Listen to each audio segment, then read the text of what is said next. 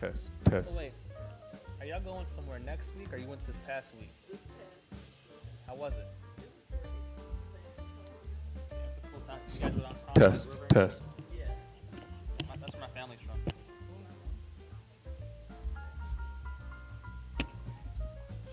Test. Did you go too? That's your first time to San Antonio? You went, okay, I didn't go to that one. Actually,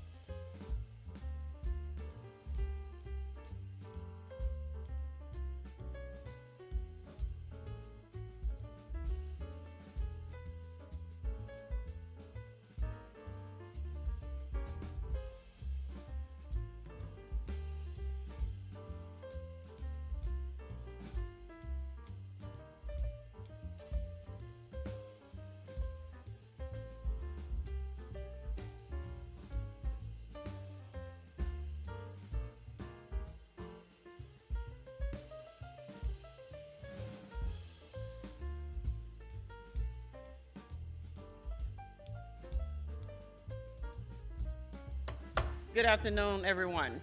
you can talk, I'm going there. I would like to call the Flint Board of Education Committee of the Whole meeting to order at 5:30 p.m. Board members, I call your name. Could you say present for the record?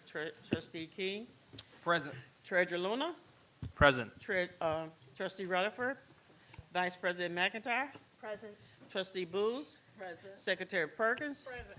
and myself, President Mike Neal, 6 yes, 1 absent.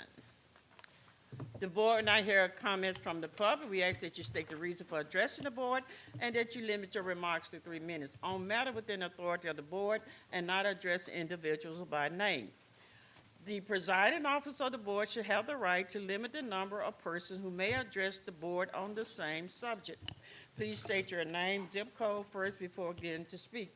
Is there anyone here from the public that would like to speak? Thank you. Proceed. Good evening. My name is Josh Petrick, 5096 Exchange Drive. I am speaking tonight as a secondary vice president of the United Teachers of Flint.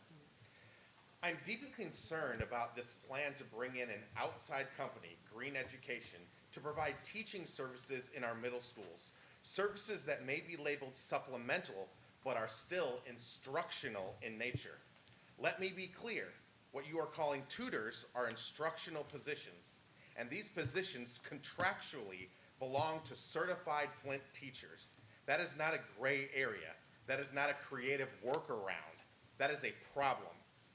Some have said this is an investment. Calling this an investment is misleading. This is not an investment.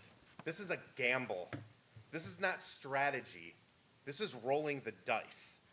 The future of our students should not be treated as though we are sitting at a casino table. Meanwhile, we have certified Flint teachers who show up every day for this district. They work with fewer resources, they are paid less than educators in surrounding districts, and they take on more responsibility, more challenges, with more needs from students. Twice the work for a portion of the pay. Instead of strengthening your workforce, you're bypassing it. Because when educators see decisions like this, they don't stay, and future educators don't come. This seems like a short-term fix that risks long-term damage. We say we want to address the learning gaps. The solution has been in front of you this entire time. Invest in your teachers. Our students, our scholars, deserve real solutions. They deserve better than a gamble. Thank you. Anyone from the public like to speak?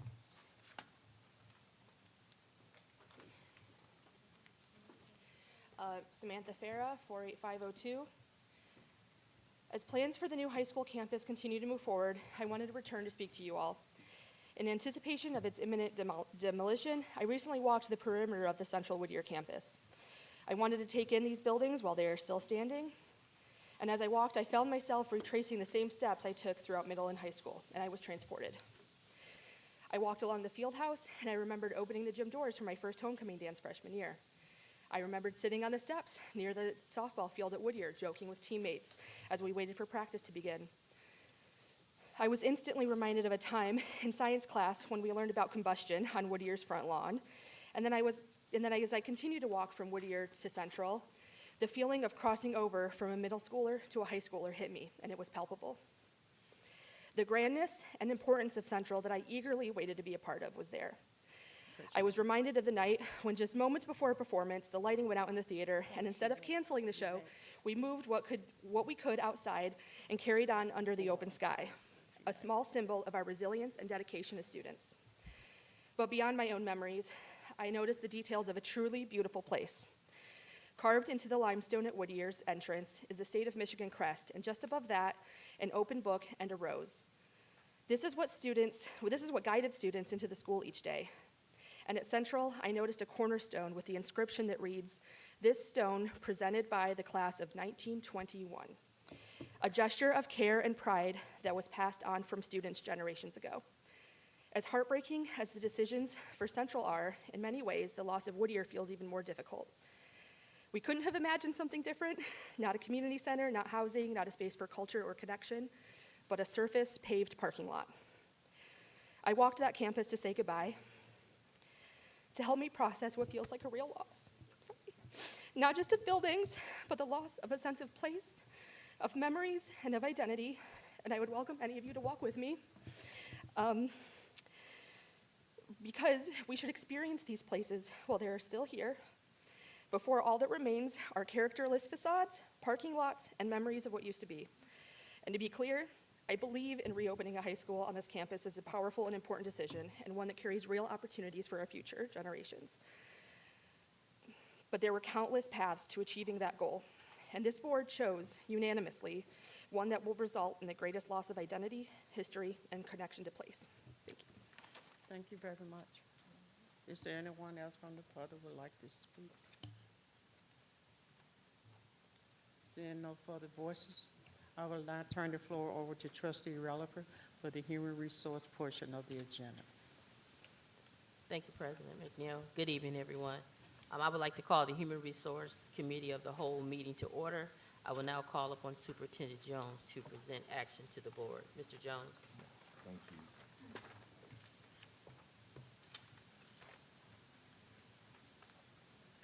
Just in case. I seek a motion and a second from the board to move Resolution 1.8 personnel recommendations to the regular board meeting tonight for approval.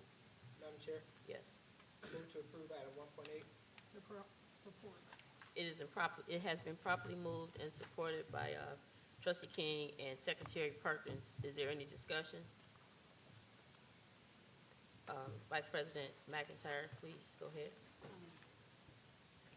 So again, I want to just remind the board to be mindful that this is the committee of the whole meeting, and the recommendation is to move it to the regular board meeting. So for this, for the recommendations for employment, I will vote for it to be approved tonight, but for the future agenda items, I would like everyone to please be mindful and to give the public and the community the chance to have an extra week to give input and feedback if anything comes up, because it is best practice. If we're just throwing things on the agenda and then approving them that night, it's not really fair to the community. So for this is fine, but I also do want to give that opportunity. I want to retain the democratic process for our community and continue to make this like a community school system. Thank you. Madam Chair, Proceed, yes, go ahead. I just want to remind my colleagues in the public 2 points. Point number 1, following this meeting is our regular board meeting. So all the items that we approve at this meeting either can get approved now or will go to that meeting at 6:30. Point number 2, I believe Trustee King has been very adamant in pushing for board operating procedures in which I believe the Vice President is over policy. We've not done that yet. However, there is no bylaw that states we must move items from COW to the regular board meeting. That's not stated by bylaws, our policy, our procedures. Thank you. Any further discussion? Seeing no further discussion? Excuse me, I'm sorry. I will be conducting a roll call vote. As I call your name, please say yes or no to approve this motion. Treasurer Luna, Yes. Trustee King, Yes. Vice President McIntyre, Yes. President McNeil, Yes. Trustee Booz, Yes. Secretary Perkins, Yes. myself, Trustee Rutherford, yes. 7 yes, 0 no. Mr. Jones?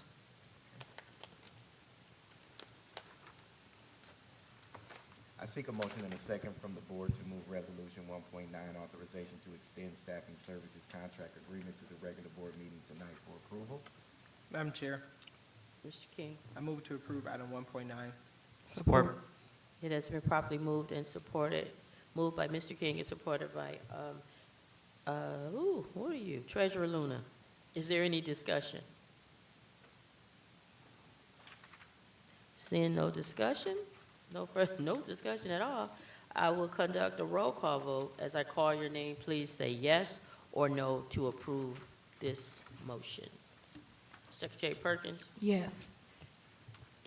Trustee Booz, Yes. President McNeil, Yes. Vice President McIntyre, Yes.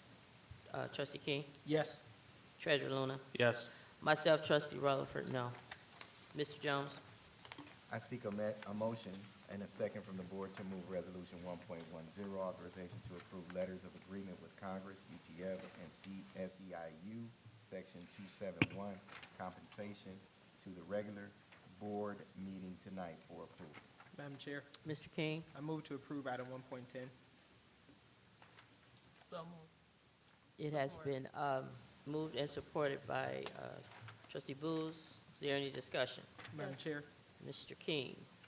Mr. Jones, could you explain 1.10 to the public and how this was played out with our state government as well? Sure, I'll defer to Ms. McGovern. So the state has allowed for 27L funds that come from the State Aid Act to be sent to districts. And so as a result, with our union groups, a one-time payment of $1,025 will be given to all direct hires with the district. So that would be our union groups as well as our central office employees. Thank you. Vice President McIntyre, please proceed.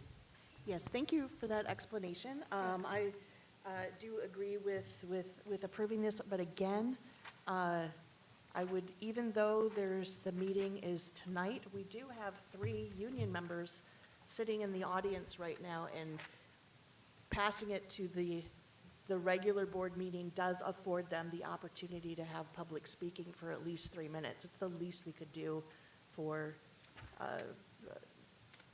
half of our audience, including, well, the other half as well, I mean, to make public speaking. So I will not be voting to forward it, to approve it tonight. I want to forward it to the meeting to afford them a chance to say anything if they would so choose. Any further discussion? As a chair of HR, the union would always have opportunity to speak if you so choose. So if you choose not to, that's fine. If you choose to, I will definitely make time for you two all to speak. So seeing no further discussion, I will conduct a roll call vote. As I call your name, please say yes or no. Trustee Booth? No. President McNeil? Yes. Vice President McIntyre? No. Trustee King? Yes. Treasurer Luna? Yes. Secretary Perkins? Yes. And myself, Trustee Rutherford. Yes, it is 5 yes to 2 no. The yes has it. Mr. Jones, oh, that's it. Yeah.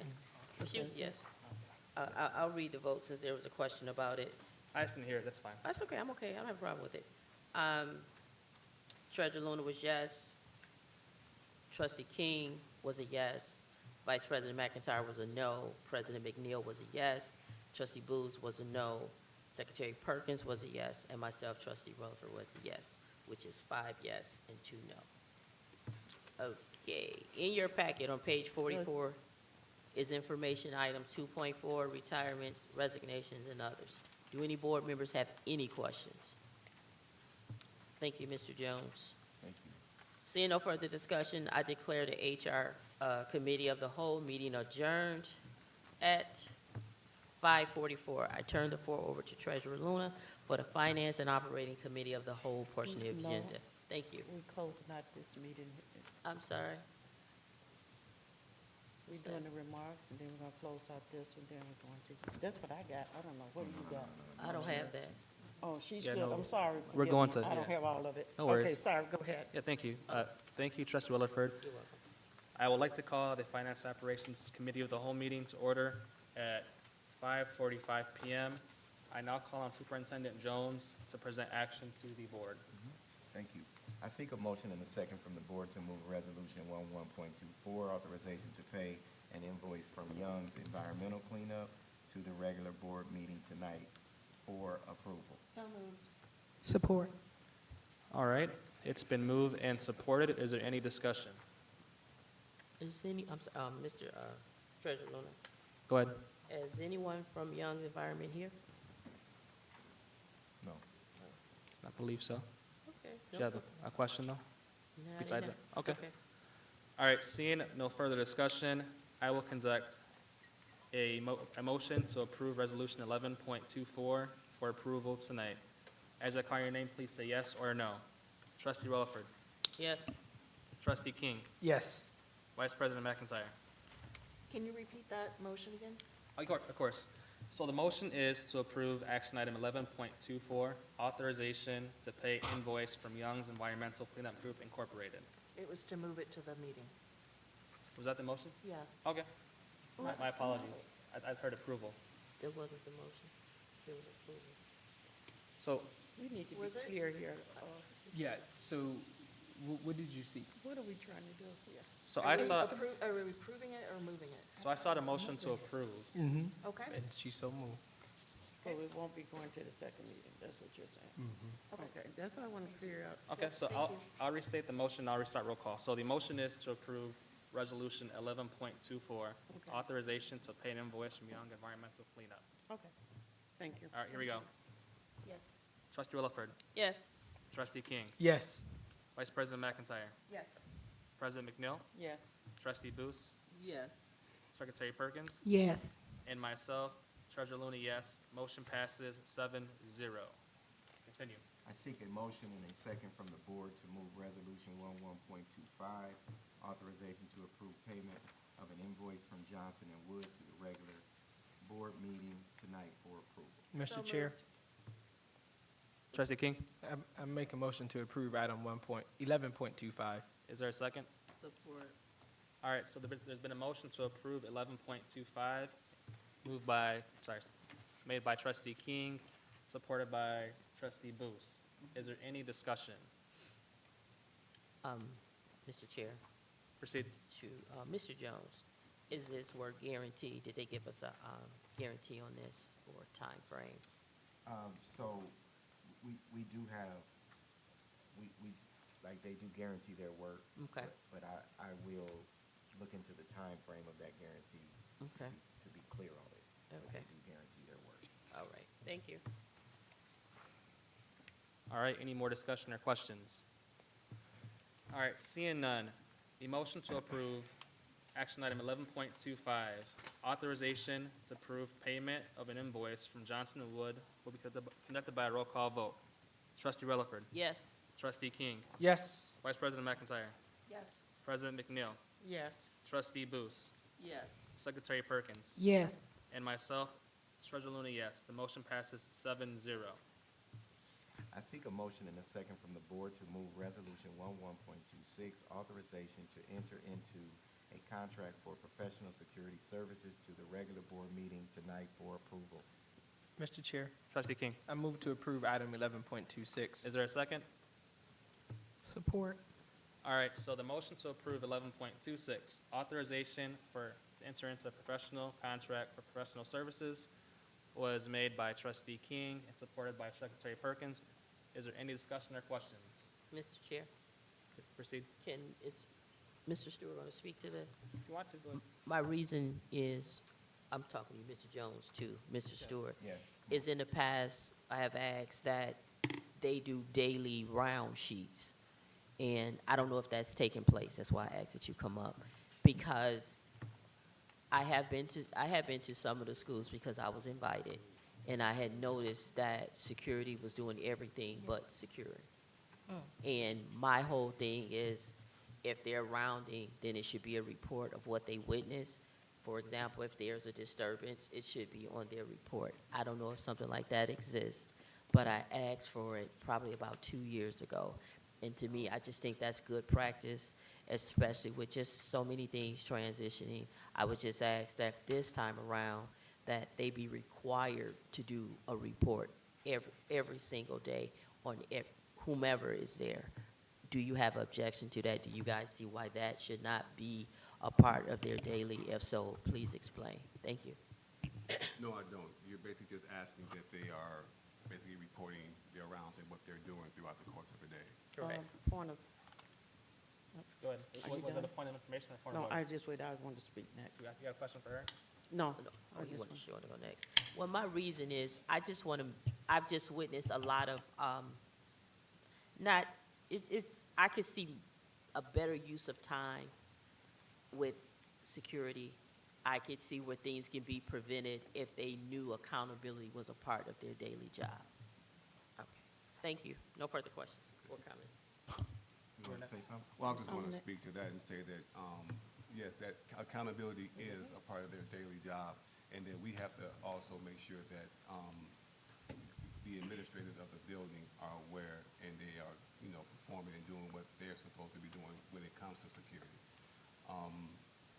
Because I'm in central office, but I can't be in every building managing security. So we have to just work with our principals and make sure that they're doing what we're supposed to do for our security as well. And before we make the decision, I think we should have some conversation about Right, that. exactly. To ensure, because I don't know if that's a part of this contract currently. So I'd like us to have some conversation about that. President McNeil? Our policy is that one board member is making a request to you, and it have to be by all board members, so we all can agree. You cannot respond and act on one person, member request. This is a, board, and so my suggestion is we adhere to Mr. Superintendent, and we come back as a board as a whole to understand exactly what the board members is asking and get clarity on it, and how would that work. So right now, in my opinion, you cannot act upon it, as your superintendent has stated. And all the board as a whole would have to agree to that request. Thank Point of you. information, Go ahead. we're not creating I'm not creating a policy, sir. I'm not asking for a policy, but that's standard practice when it comes to security. My concern is why isn't it a part of this? I'm not asking anything that needs approval. That's just should be a part of the service. Reason being, things has expired in the schools, and security has no record that they were actually there or could provide any input in writing. That was my reason for that. So my question is, why would the board need to approve something that's not policy? Thank you. Thank you. Proceed. President Janel, are you? One of the things is that when we add into a contract, this have to be added into the contract and RFP, et cetera. And that's why we just can't get a contract and say, after I get this contract, this is what I like to see in it. That's not how policy works. And I'm just speaking on based on what I know, not just guessing. Not that your request is not a bad request. It's just that it's not done at the appropriate time. We could have had this done when they submitted the RFP, had a meeting about what changes we needed and we would like to see in this contract. It just can't be done after the contract is written. Point of information, are you aware that I wasn't a part of the RFP? I never have been a part of the RFP. There's I'm gonna take the nothing floor unusual. for 1 second, real quick. I'm gonna take the floor for 1 second. Let's stick to the questioning that you have for the administration. I do think there's a difference between giving a directive as an individual, as a body, or just a suggestion, so we'll just stick to that for now. But I hear your point, But you can go ahead, President Janel. I don't want to interrupt you, just wanted to say that point. You all good? Yeah. Vice President McIntyre. So, Dr. McNeil is right. You are not to receive directives from a single board member. I mean, it's a good recommendation, and it's not like I'm disagreeing with that, but it's not for you to, you don't have to sit up here and be told by individual board members like how to do your job and how to do that. And it also puts us at risk because this is the contract. What is on the floor right now is, are we voting for this contract? Not, are we going to amend it, make changes, kind of have little talks about what kind of is in? No, we're voting to That's approve petty. the contract right now. So again, not that it's not a good idea, but this isn't the appropriate place to make those changes. So either we're voting on the contract as is, or we're not. I just would really like us to follow the law. Thank you. All right, so I'll take the floor for 1 second. 2 points. If you don't have the floor, do not speak at the mic. Number 2, let's stick to the actual item at hand, which is, are we going to approve the contract or not? I think it's fine to give feedback or suggestions. Obviously, one board member cannot give directives, but let's just stick to that. Are there any questions for Mr. Stewart or Mr. Jones? Any more discussion?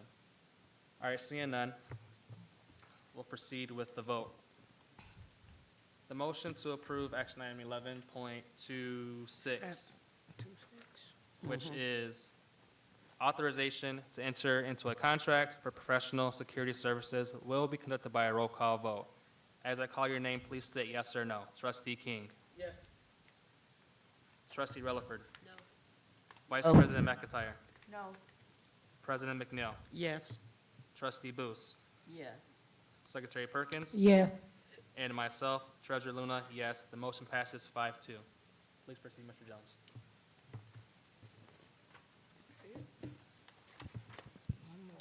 I seek a motion and a second from the board to move resolution 11.27, authorization to enter into a contract for transportation services to the regular board meeting tonight for approval. Mr. Chair, Trustee King. I move to approve item 11.27. Is there a second? Second. All right.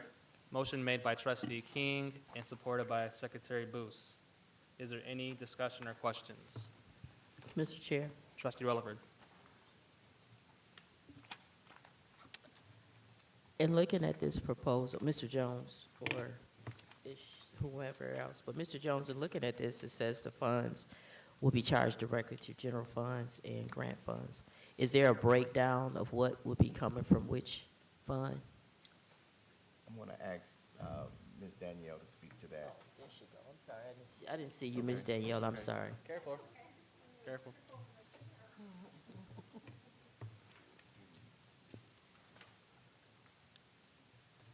The daily transportation costs will be charged to the general fund, and that is the majority of the contract. What will go to grant funds is special after-school trips, dual enrollment trips, field trips, and those things are set by the Title I budget as we move throughout the year. So you have a dollar figure for which, that was my question. Like, Okay. what's coming out of, which amount is coming out of which account? I would need to calculate that based on what we've used so far this year, but I can get that information for you. I think that would be very helpful because you're identifying two funds. And for us, for me, I can't speak for anyone else, but for me, I would have very good information in knowing exactly what amount is coming from which fund. If it's, so has the funds already been allocated and you just need to add them up or what? I would need, this is the contract for the 26-27 school year, so I Okay. can look at what we are paying this year for our daily transportation costs. Okay. And then I can look in the grants to see what we have allocated, but for the grants, it would be only be if we actually took those trips. Correct. So I can look at what we have submitted so far in the grants. So you can actually put in parentheses, estimate, so we'll know the difference because it may not happen, allocated and then actually used. For me, I just want good numbers so that, how long would it take you to do that? Just asking, to get that to me. I can go Or try to it. whomever wants it. I can go and try and do it right now. Look so at you, I like you already, thank you. You're welcome. Vice President McIntyre? Yes, thank you. I concur with Trustee Relaford that it would be nice to have in the future with motions moving forward what is coming from the general funds and what's coming from the grant funds. However, that's not what's on the motion right now, and you are not required or obliged to go right now and find that information or get that information. It's a request from one board member. So if you like it, you're welcome to, but you're not at our bidding. And so I want to respect you as a professional. But yeah, it would be best practices and helpful moving forward. And really, there's really not much to agree to or not agree to because they're the only bid. And we need transportation. I mean, it's just how it is. But I would like to ask you a question about 3% increase for year. It says year one is a certain amount, and then the 3% increase. Why is there a 3%? I'm not arguing against it or upset about it. I'm just wondering where they came up with the 3%. Do you want to answer that one, or do you want me to? So it's an industry standard, from my experience, that there's typically a percentage to help cover their costs for any fuel costs that increase, for any staffing costs that increase. So a 3% increase is a typical standard in the industry. So I'm assuming that that's where they pulled that from. They didn't specify their percentage. Any more discussion or questions? Trustee Luna, I just have Go ahead. two questions. How many buses will this provide for fund? How many buses and how many drivers? So we run 37 routes. 37? That is Mr. Montgomery White from First Student. He's our Okay. regional, he's our manager for our district. Okay, and how many drivers do you know?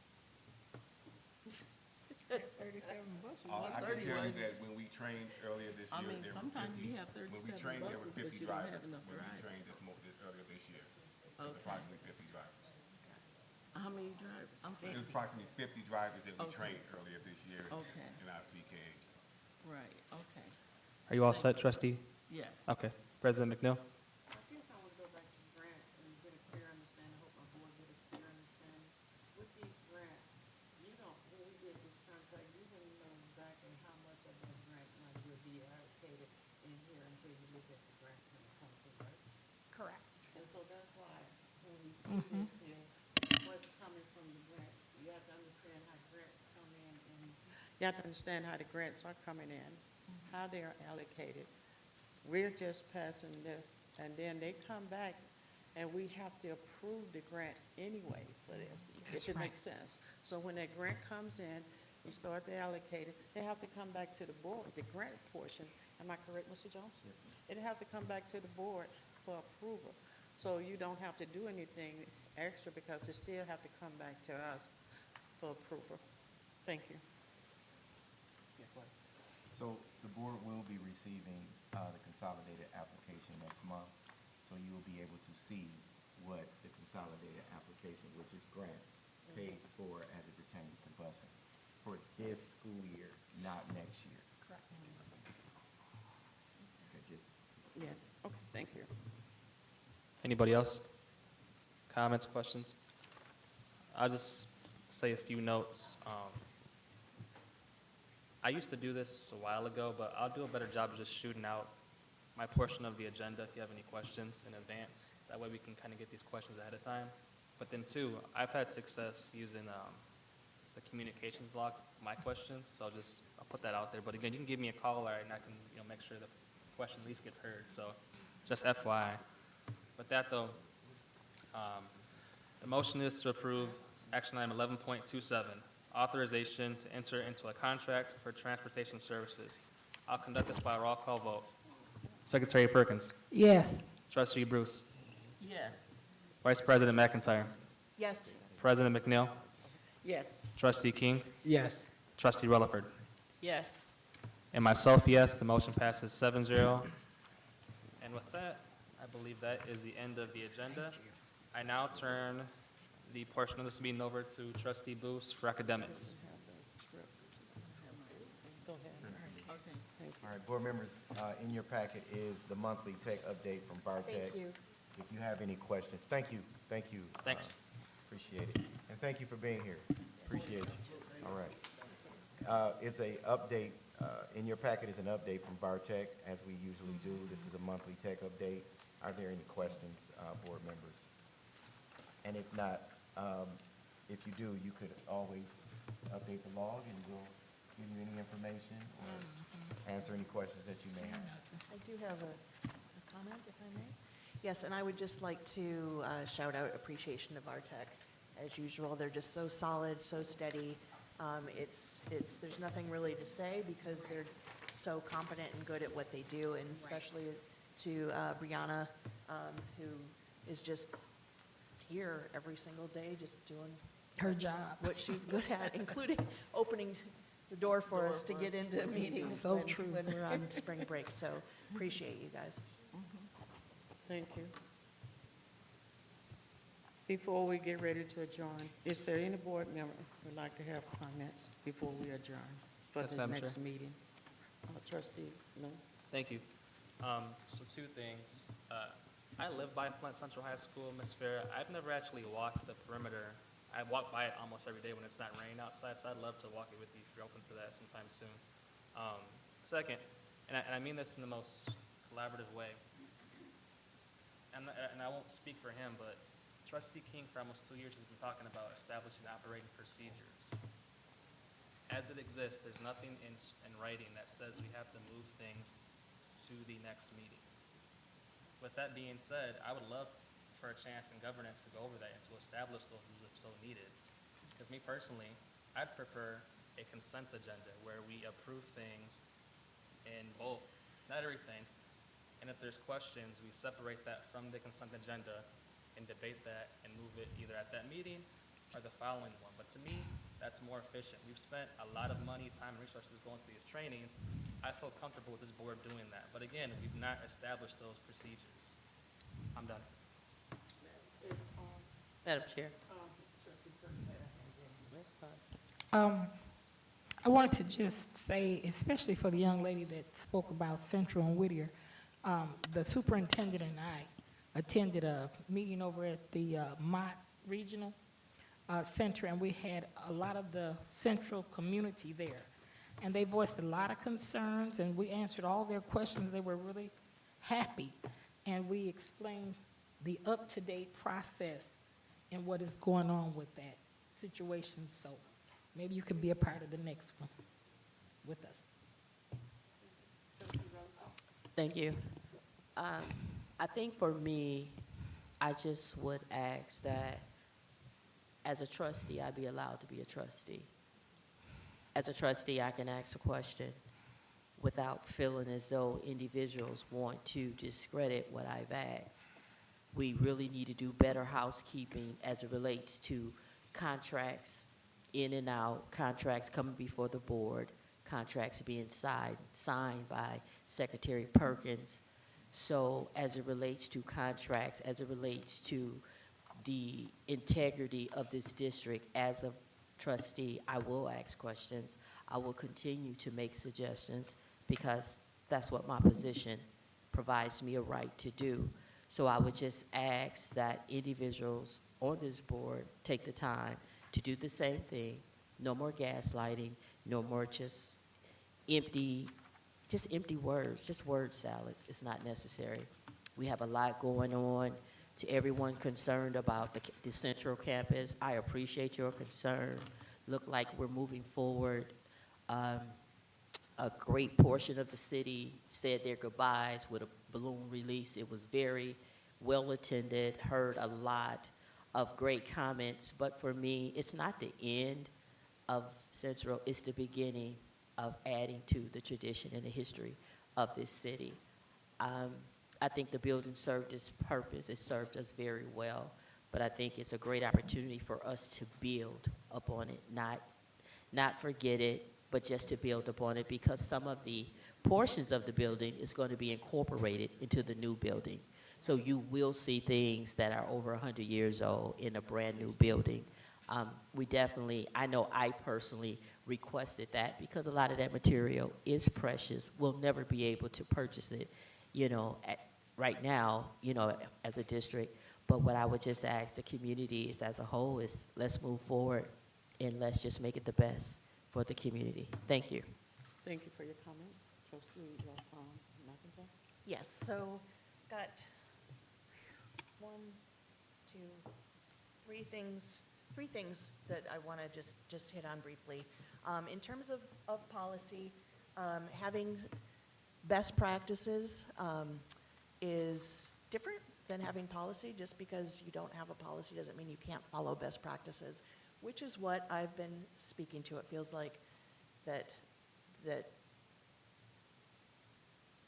what I'm saying is not either being heard or respected or considered, because I know very well the difference between what is a policy and what is not, and then what you can do outside of the policies in order to have best practices. And I've just been encouraging best practices to have us more democratically inclined as a board, to include more participation from the community, from scholars, and from anybody else who would like to. So that's where I'm standing. I don't feel like we have to make rules and regulations, and we've got plenty of rules and regulations. If we could just do the right thing on our own, I think that's much better than requiring somebody to follow certain whatever. So I would encourage us to continue to move items from the committee of the whole meeting to the regular board meeting, because it's best practices. I'm really not interested. I hear what my colleagues are saying about trying to establish a policy for that. I think it's unnecessary. We've had hours and hours and hours and hours and hours and hours and hours and hours of training, and we are very well aware of what works well and what doesn't, and the pedagogy behind those things. So that being said, I am against a consent agenda. I don't think it's democratic. I think you lump everything together and just pass it all, and things slip through. That's how people are sneaky. And the past administrations have done that on purpose. And I know it might take a few minutes more to unbundle everything and look at every single policy, but I think it's best practice, and it's best practice for democracy. And I'm going to stand by that. That's just what I think. I disagree with you. In terms of Central and Whittier, I get it. I would love to have a walk with you. I would love to. I'm working on a project. I'm not supposed to be addressing you directly or responding, but Okay, so in general, to the public, there is the University of Iowa. We're working on a project about archiving experiences in Flint, and like through the University of Michigan as well. We would love to get your oral history. We could even have a historian or anybody from the public, if they have something that they want to share, any story, any recollections, any memories. We need to get these recorded. We need to have them archived. I would love to talk to anybody about this project. My heart breaks.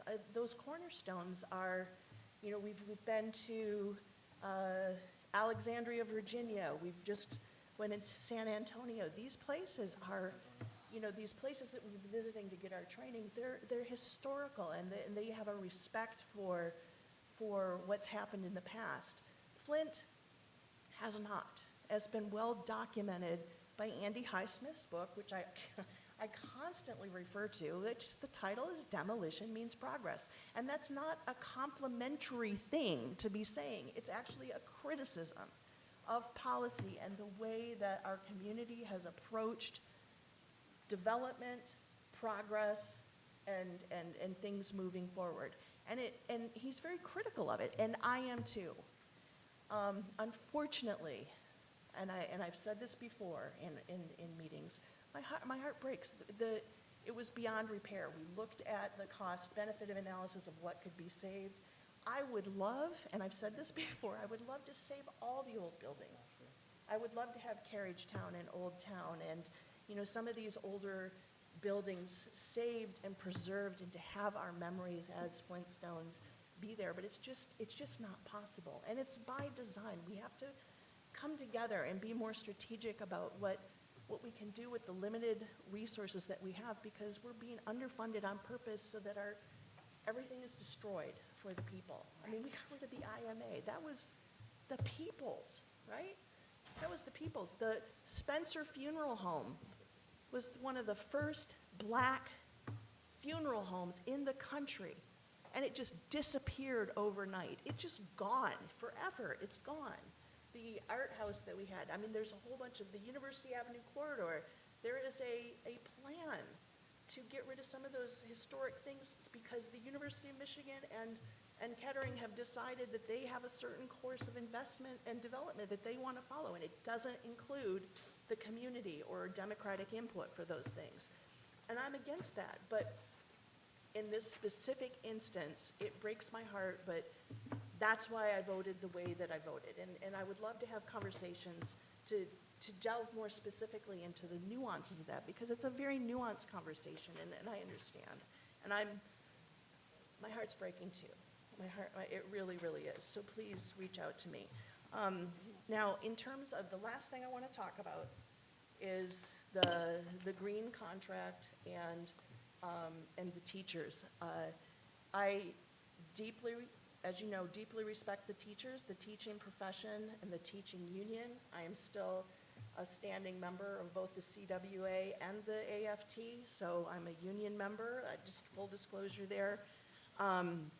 Not UTF, because I'm a different category, but AFT certainly, and I would love to see more collaboration between the two unions to make us stronger.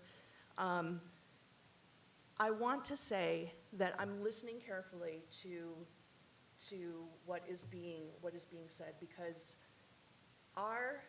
my intention at least, and I don't want to speak for the other board members, it was to give added value to the teachers. It was to supplement, to make things better and easier for the teachers. It wasn't to replace, it wasn't to supplant, it wasn't to bypass, honestly, it never, but I am listening, and I can see how, you're making I am listening to your argument, so, and I'm thinking about what we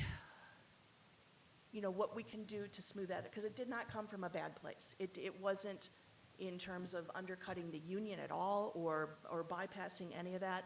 And really the intention was to get additional help and services through funding that could not go to the teachers. So we were trying to leverage and utilize and think outside the box, anything and everything we could to help the teachers ease that burden. It wasn't meant to give outsiders money or, that could go to the teachers. I promise you. So I would love to have a conversation about that. I don't want to violate the unfair labor practices or anything like that, but I would love to have a conversation with you because honestly, we were just trying to, what can we do in addition to giving you all the money that we can?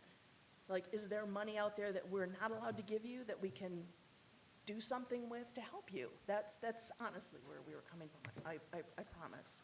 So let's move forward. Let's work with that. And, because I don't want there to be any hard feelings or any misunderstanding about that at all. So whatever we can do with that, I know there's like labor laws and union contracts and stuff, but please, anything you have to suggest, I am open to it. And thank you very much for your indulgence and your time. But these are some very important things that needed to be addressed. Thank you. Thank you. One of the things we can put in this policy is that we're gonna have to put a cap on comments from the board. If we only allow the public to speak 3 minutes, and the board should be able to speak 3 minutes. That's in fairness to other board get a chance to speak. We have approximately 11 minutes before the next meeting. Trustee, Superintendent Jones, would you like to speak? Yes, Mr. President, I'll speak to, as requested, I'll speak to two things.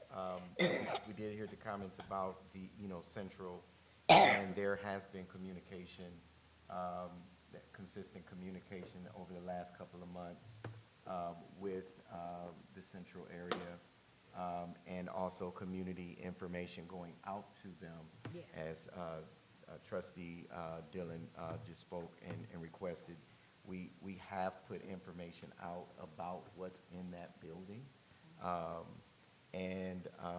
I would like to say, I do think that we all are thinking about what's happening with this opportunity we have for Flint kids, and not everyone is going to like every decision that is made at this table, but I do believe that if we can pull together, like Trustee Relaford stated, there's a lot of people that came together and was out there balloon launching. There's other opportunities coming up that we're trying to get going with alumni conversations and things we can do inside the building. Conversations with scholars that you're going to hear about even with the playgrounds tonight that's happening. We're trying to make sure that although we don't all agree with everything, that we still all have an opportunity to have input on us moving forward.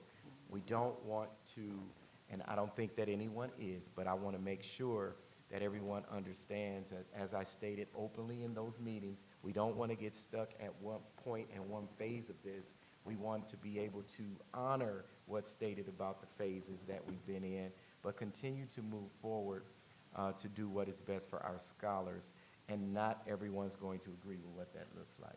That's one thing. And the other thing I'll speak to is that the intent of Green Education was to ensure that we were bringing in an opportunity to have more intervention during the school day for scholars. That was the intent, that's the decision, and that's the reason why we have something different coming in than what we have currently as interventions, with Green coming in with those certified teachers.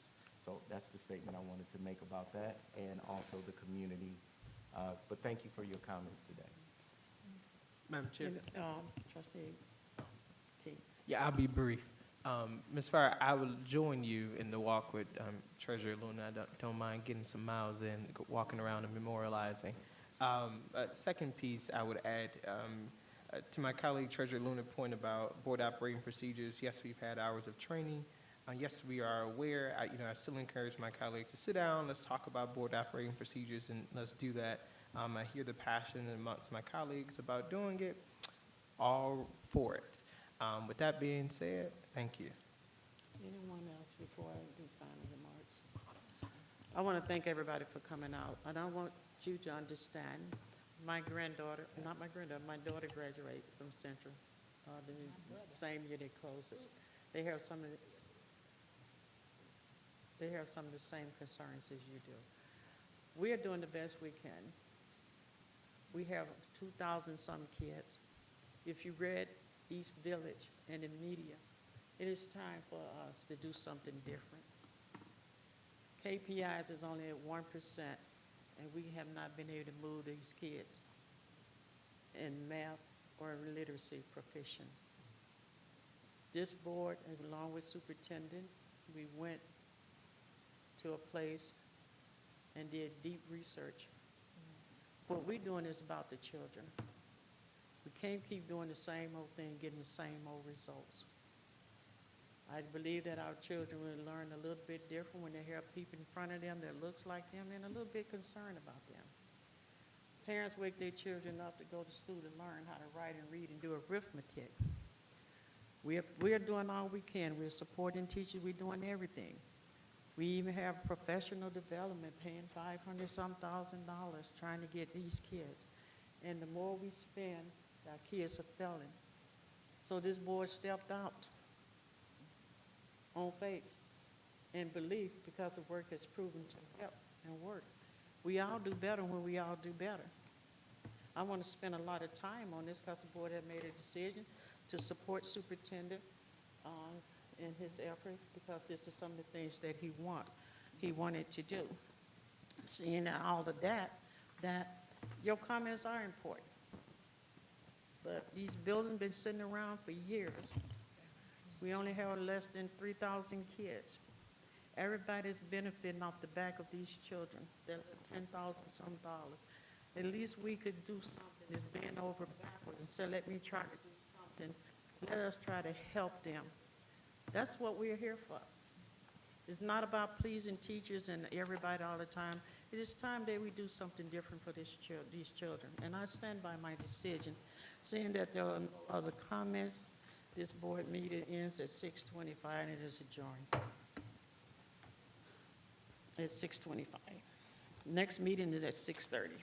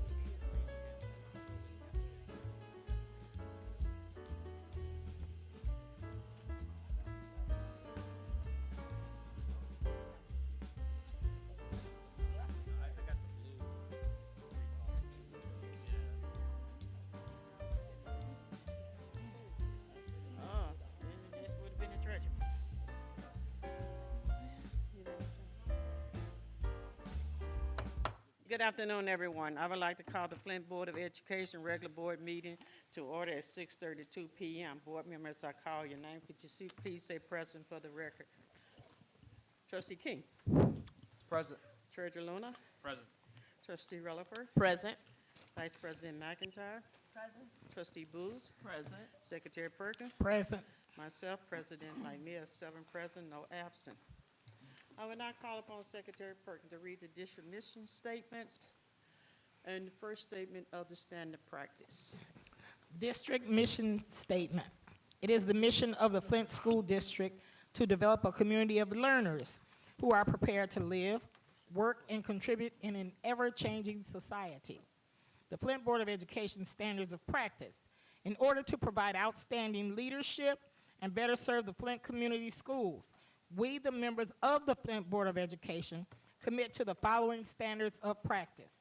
Number 1, we will be consistent in our dealings with each other, as well as students, staff, and community. We will model trustworthiness and honesty in our relationship with each other, with our superintendent, and with our constituents. We will focus on a common goal of providing the best education possible for the students in the Flint Community Schools. We will respect the diverse view each of us bring to the organization, as well as the views of others that we interact with as we carry out the business of the Board of Education. We'll be open, authentic with each other, our staff, and community.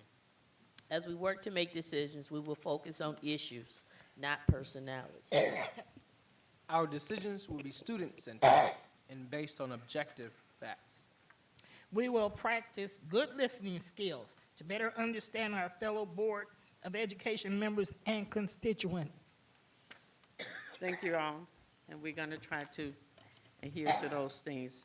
Board members, in your package, I want you to look at the minutes, and I'm seeking a motion and second to approve the minutes from the March the 10th, 2026 special board meeting, March the 11th board committee of the whole meeting, March the 18th, 2026 regular board meeting, March the 25th, 2026 special board meeting, and the March the 28th special board meeting, which was the board workshop.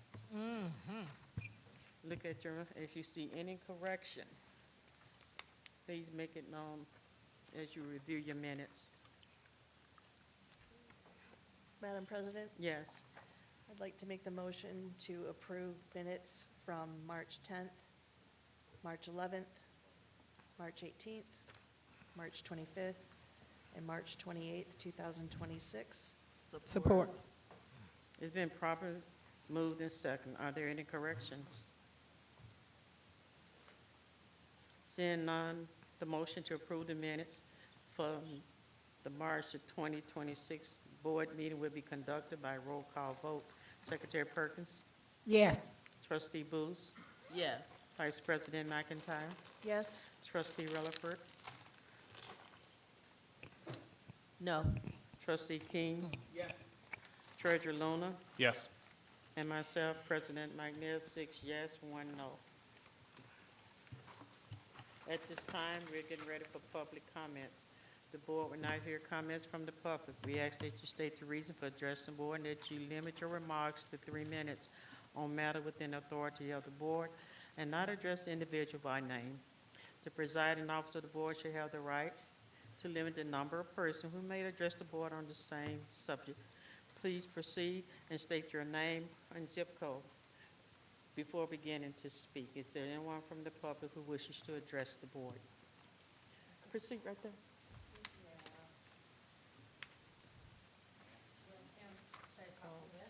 Yes. Hi, and thank you. I'm going to keep an eye on the can just clock give it to so I the don't secretary take up if too you're much passing time. My name's Amanda Morrison-Wise, and my zip code would be 17402. We are here today from Access 411, makers of the CAS system.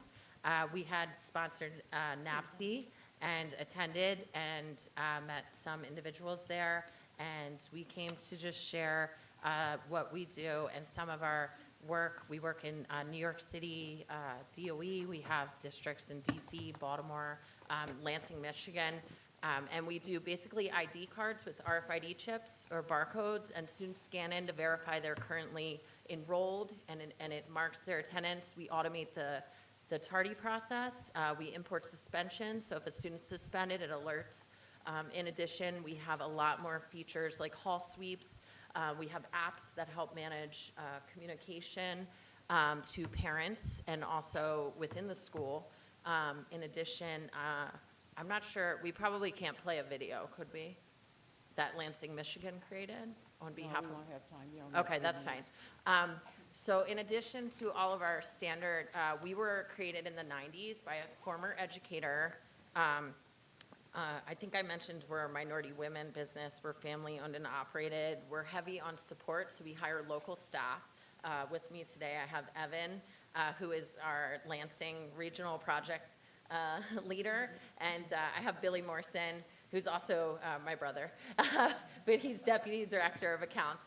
And so, yeah, we do, in addition to just doing the school safety and entrance, we also have worked with Lansing and DC to create our behavior management system that automates the whole suspension process and takes into account 504 and IEP, so that every student is treated with equity and fairly, regardless of their race or their anything, any of their demographics.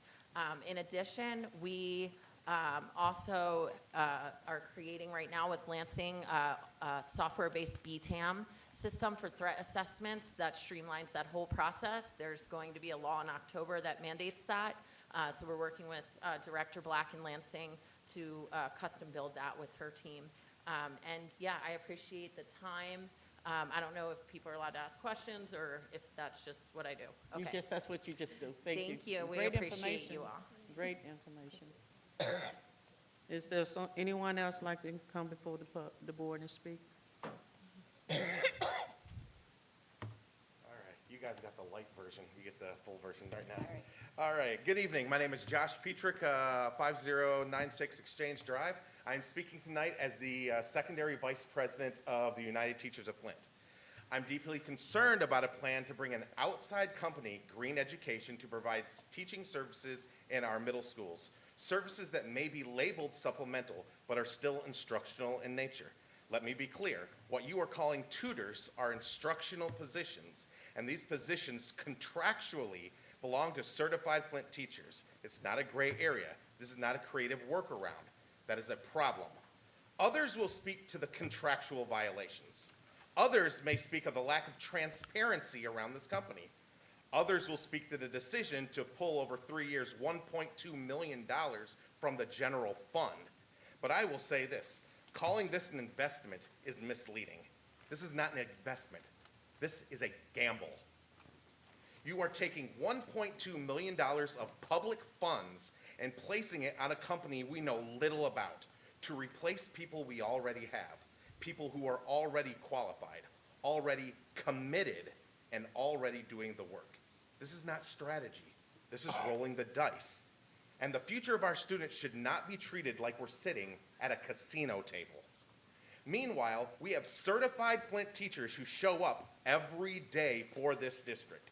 They work with fewer resources, they're paid less than educators in surrounding districts, and they take on more responsibility, more challenges, and more need. Twice the work for a portion of the pay. And now suddenly, there's $1.2 million available, but not for them. Instead of strengthening your workforce, you're bypassing it. Instead of solving the teacher shortage, you're making it worse. Because when educators see decisions like this, they don't stay, and future educators don't come. That $1.2 million could have been used to recruit, retain, and support certified Flint teachers. That would have been a real solution. Instead, this is a short-term fix that risks long-term damage. You say you want to address learning gaps. The solution has been in front of you for this entire time. Invest in your teachers. For some reason, we continue to choose not to. Our students, our scholars, deserve real solutions. They deserve better than a gamble. Thank you. Anyone else from the public would like to speak? Good evening, Board, Superintendent Jones, Bruce Jordan, Uniserv Director, MEA 5095, Exchange Drive. It's going to be very rare you ever see me in a tie again, just throwing that out there. I didn't even get one giggle. All right, great.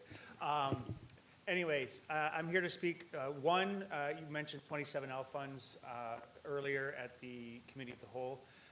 Collaborative discussion. It was easy-ish.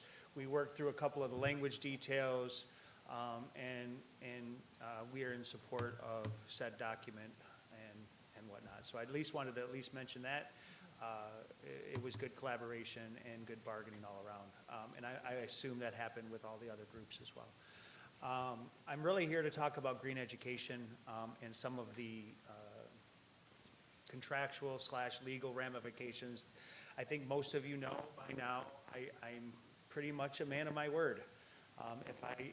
If I'm a dog with a bone, I'm going to go after it, right, at some level. And this one smells funny.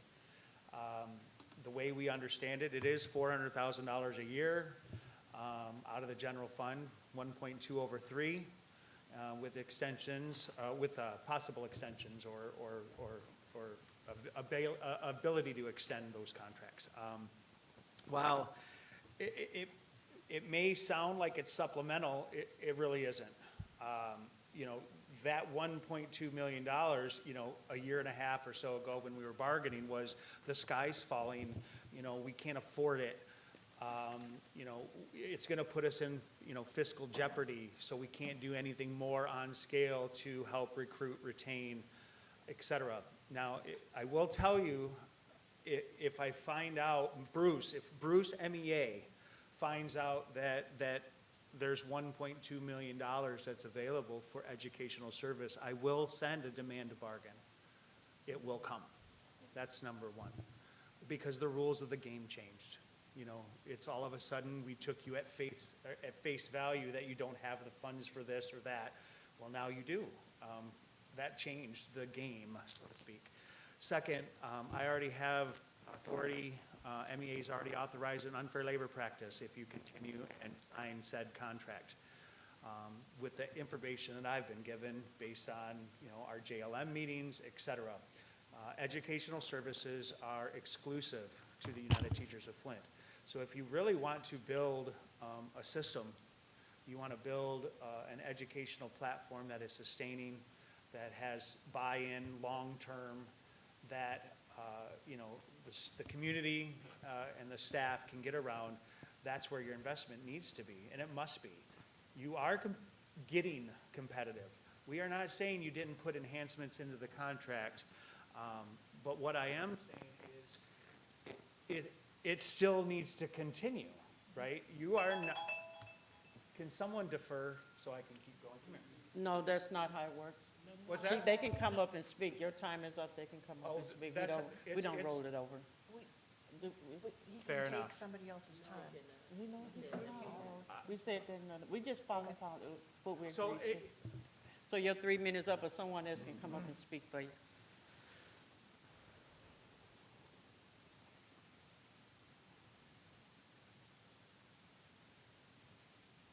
Seeing no more public speaking? Oh, thank you. She was waiting. Hello, everybody. I know I just spoke previously at the Committee of the Whole meeting, and my remarks were pointed about the decision to demolish Whittier for a parking lot and the majority of Central. I'm not going to deviate totally from those sentiments, but I do want to address a few additional things. First, definitely want to acknowledge the recent, the balloon ceremony and your own kind of personal connections to the building. And whenever I drive by, there's groups of people who are there taking photos, who are appreciating, who are saying goodbye, like I did recently. And I think that that is not evidence for why we should say goodbye and move on, but for how important that is, and how important preservation is, and how important our buildings and our places are to not just the students, and of course that's our primary focus, but to our community as a whole and our entire city. But I wanted to also speak specifically about maybe an opportunity to, because there's interior materials as well that are fantastic. I remember the walls being lined in marble. The classrooms are lined in slate chalkboards. There's wood built-ins, there's beautiful fixtures that are there. And curious about any opportunities for architectural salvage. I think that that could go a long way in just sort of the next phase of this project. And I also want to say that that is specifically called out in our City of Flint master plan, because as it was identified also previously, like our community has a history of demolishing buildings. That is well documented. And there is not really a plan or a system for saving what materials can be saved in those buildings. And so to just even reinforce what is already stated in our City of Flint master plan, I would encourage this board to consider not just whatever limited exterior that will be saved, but to also consider the saving of interior materials. And I also want to address that, something else that was said, that this building is beyond repair. It's not. It's foundationally not beyond repair. I could see that it's maybe cost prohibitive, or that it maybe takes a little bit more investment or a little bit more creativity, but to say it's not possible, I don't accept. And I was recently at Corktown in Detroit and stood across from Michigan Central Station. That was in far more disrepair than the current buildings that are standing, especially Whittier.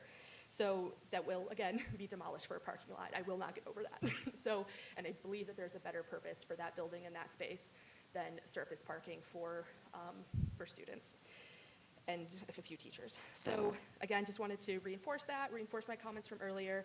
And I appreciate folks who were interested in going on a walk with me. I'll be following up after this meeting and send an email to all of you to coordinate something, because I think that would be lovely. Thank you.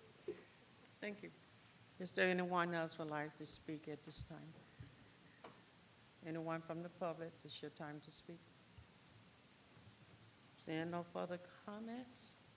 At this time, I would like to ask Superintendent Jones to introduce our presenter. Thank you, Board President. At this time, I'm going to ask our interim Director of Sports and Community Education, Mr. Mike Maienbrook, to come. And with him is going to be Dr. Janel Jamerson, one of our partners from the center. And they're going to present on the Playground Initiative and give you all an update.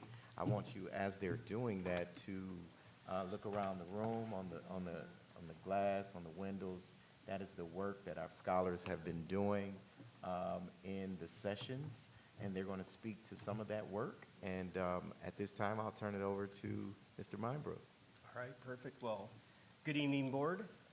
We are honored to be here today to provide you with an update on what is currently happening with the playground projects here at our 5 elementaries. So we have, there we go. So we have been focused on the remodels of these 5 locations with the following goals: to improve our safety, enhance the accessibility, modernize the equipment, and increase the community engagement. So we are on par with that, and we're going to explain what the steps have been with those goals. Great, and this is a slide that you saw when we first presented this co-design process. Pull your mic closer. Sorry, this is a slide that you saw when we first presented this co-design process, but really focusing on 3 major sprints in this work. The first happening between March 2nd and March 20th, and many of you were engaged in that process. The second that we're just concluding now between April 6th and the 17th, and the third between May 4th and June 30th. And that first phase is really focused on developing a conceptual framework. We heard from students via focus groups, and so you see many of their drawings around the room when we asked them to just draw your dream playground, and what does that look like for you? But also through surveys from our 4th through 6th grade students and our parents and our staff and our community members, and understanding not just what do they envision for their playgrounds, but also how frequently are they using the current playgrounds. We provided all of those data back to our architects and our playground designers, and have now come to a space where we've been able to provide information to our students, to our families, to our school communities on what their aspirations are for their playgrounds. So I'll pass it to Mike to give a bit of an update on that process? So in that first and second phase, we did have our advisory teams were created. So those are the dates that those teams met at their facilities. That all took place between March 4th and March 9th. This was immediately following the last board meeting. We had to hit the ground running with this tight timeline. Several people that were formed into those committees might not have been present because of other commitments, but they were invited. So that was the intentionality there. Then, as Dr. Jamerson mentioned, in the second phase, the co-design, that image that you see on the screen right now, that is actually a work of art from DTM. And I say a work of art because these kids really put their aspirations into these drawings, as you can see around the room. And these are just a few, and actually see that work of art right back there. These are just a few of the items, because we did receive over 1,023 points of data. Those points of data came from the different schools, and they're identified there. We received over 242 pieces of data from DTM, 74 from Doyle Ryder, 213 from Eisenhower, 356 from Freeman, and 138 from Potter. Those pieces of data came from the students themselves, from the staff, and from the community members. Then, after that phase, we went into our second advisory meetings. And in our second advisory meetings, those took place last week, and our final one concluded tonight. That's why we were running a little bit late getting here.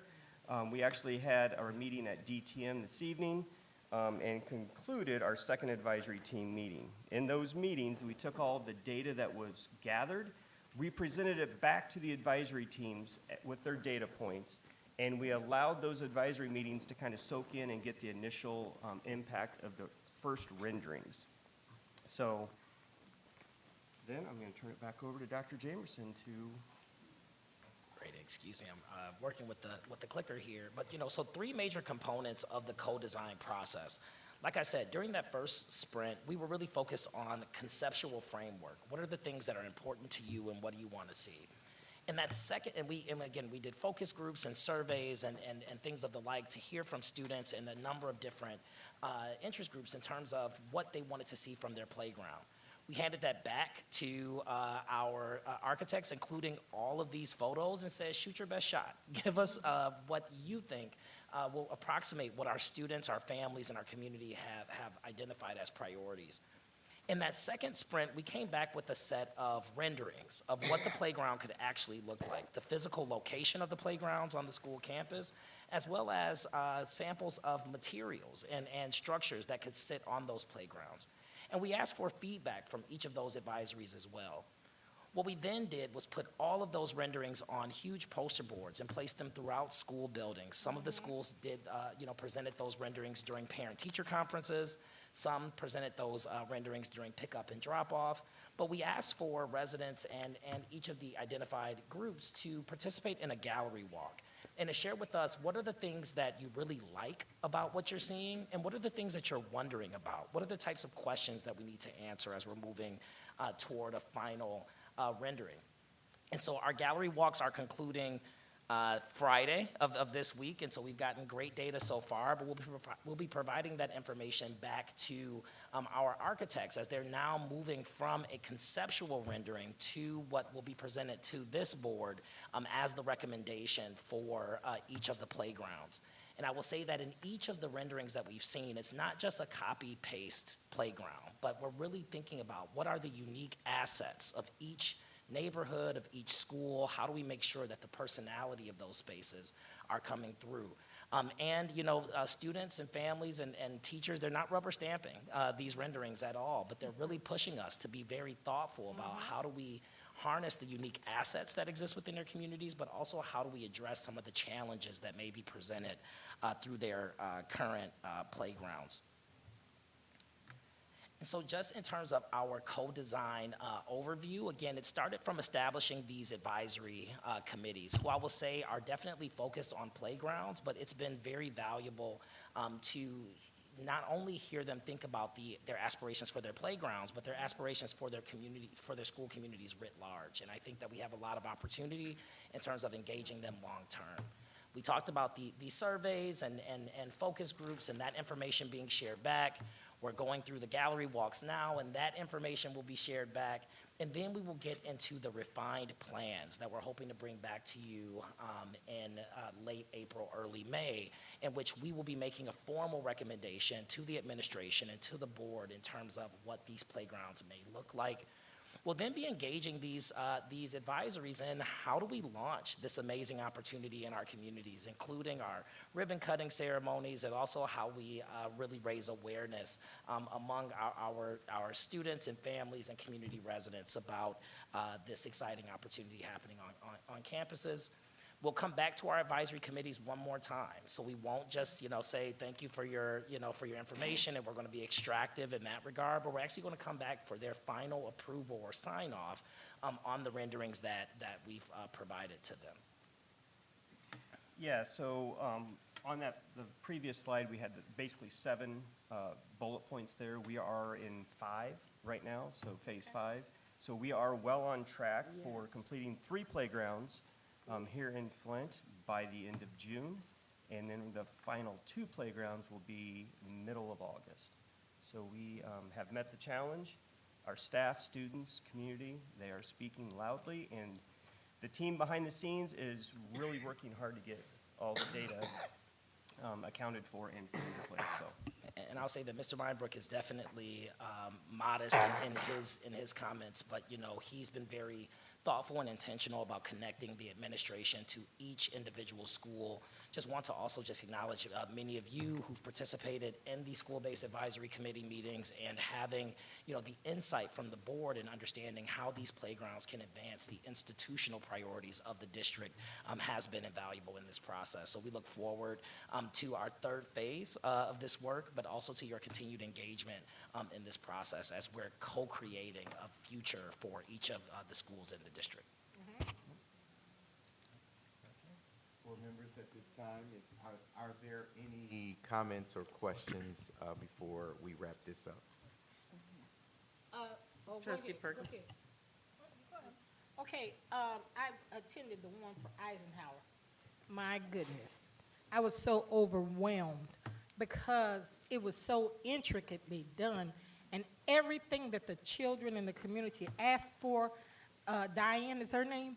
That's right. That is the owner of the playground, building the playground. She was so intricate in detail. It was just amazing, and how they broke down the dilapidated portion of Eisenhower that they wanted to tear down. What was the name of it? It's a pavilion out The there. pavilion outside. It was so in disarray, and how they meticulously want to just tear that down and put a basketball court, right? Several over there. And how they looked at the elementary portion of it for the students, and the meticulous way they incorporated everything that was needed to go there. Mr. Maienbrook also works with the, what is the forest? They were talking about the trees. Oh, the forestry grant, yes. Yeah, the forestry grant, where they're going to incorporate the trees so there'll be enough shades. I mean, they just were so intricate. And when we looked at the final analysis that they had on the boards, I mean, I was just knocked off my feet. And I complimented Miss Diane, because it was really state of the art. Even the children put green stamps, which was the gold stamp, on all of the boards that we had there. So Laura and I were a part of that process, and I was really overwhelmed. And Mr. Parker, Dr. Jamerson, and Mr. Maienbrook were all in attendance. Thank you. Any other board member? Good luck to you. Mr. Boozer, trustee. Go ahead. I would like to know, I know Potter Elementary have a lot of land. Potter and I've seen Eisenhower. Probably Freeman is probably the other Yeah, that has a and then, pretty expansive Dur- track. Yeah. Yeah, so, and Doyle Ryder. So each school will have something a little different, and you may can put something on one school but not the other. So what is the greatest request for those areas? It's hard to really rank You can put the. large structures on some of those areas. You know, and it's not just the size of the structure, it's also how we spread them out in a way that allows for students to really take advantage of the space around them. And, you know, as a reminder for the public, I know that the board is aware that, you know, this project is being done with support from the Charles Stewart Mott Foundation in their centennial grant making. And particularly at Potter and Freeman, they are adjacent to city parks.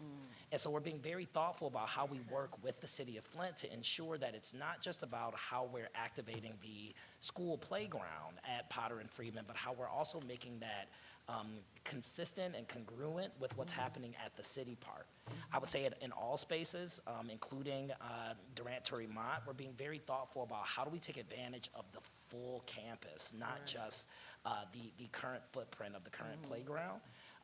Large structures you should expect to see when we bring these renderings back to the board, but also I think more intentional utilization of the overall landscape, including, you know, leveraging our trees for shade structures and again, spreading out in a way that we can really ensure that our students are experiencing full campuses, not just an individual playground. So in terms of your question, in terms of what's the greatest request, I mean, there have been some big ones. And, you know, but to Trustee Perkins's point, the team at Sinclair Recreation has been very intentional about ensuring.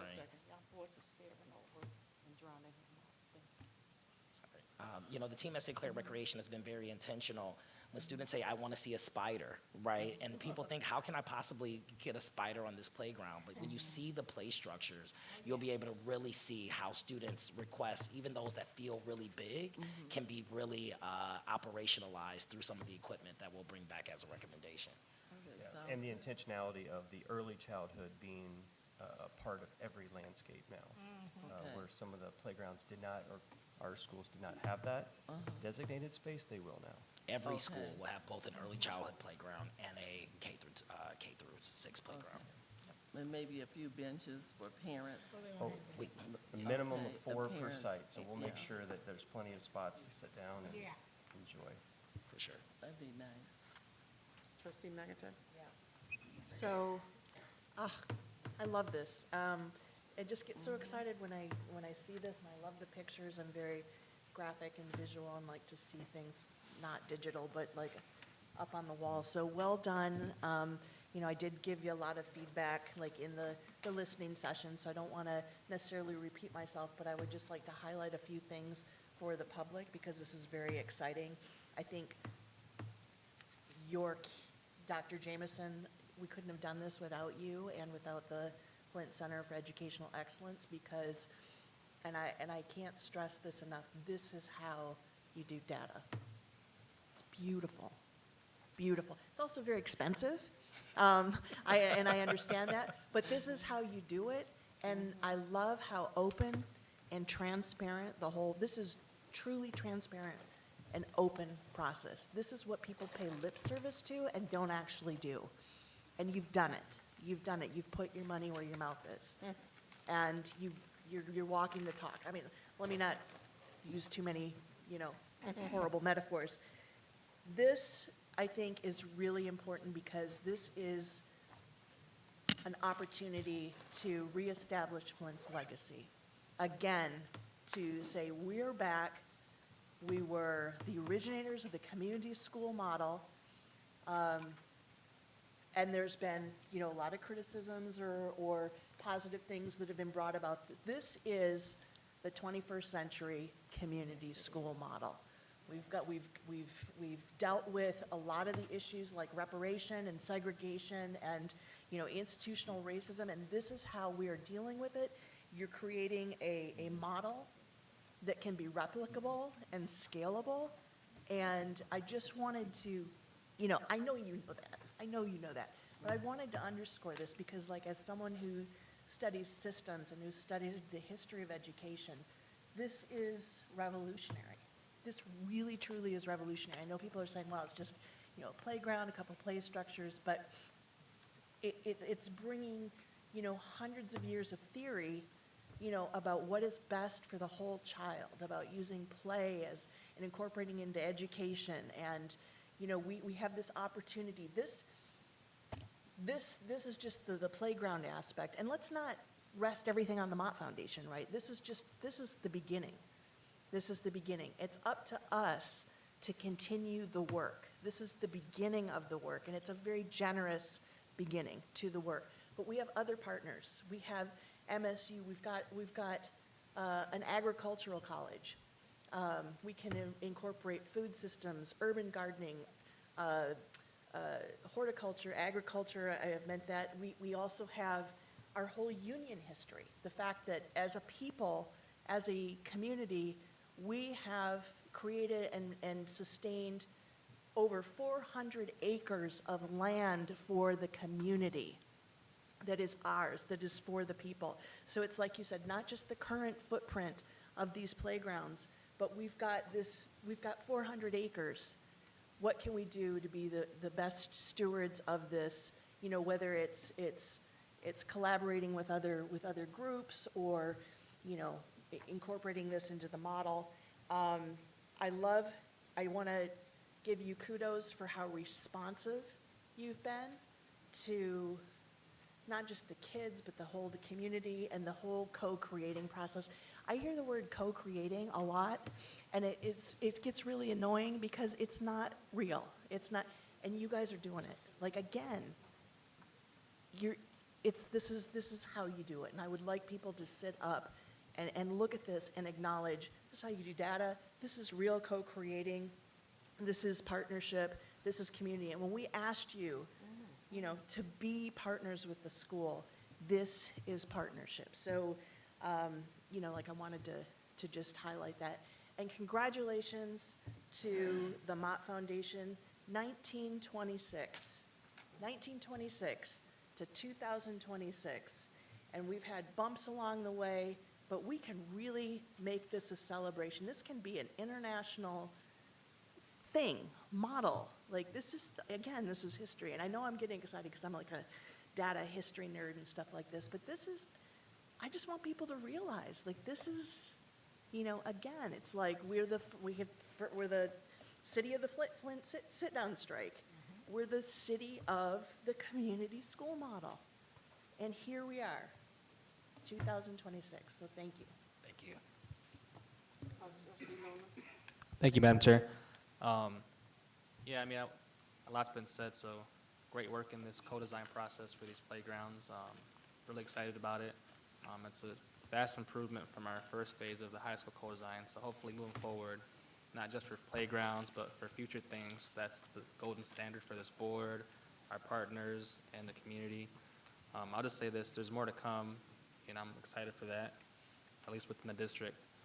And then, Mr. Maienbrook, I'm not sure when you're leaving, you might leave after this presentation, but kind of on the same page, as we look at our public spaces, thank you again for working with the Flint Elite Football League.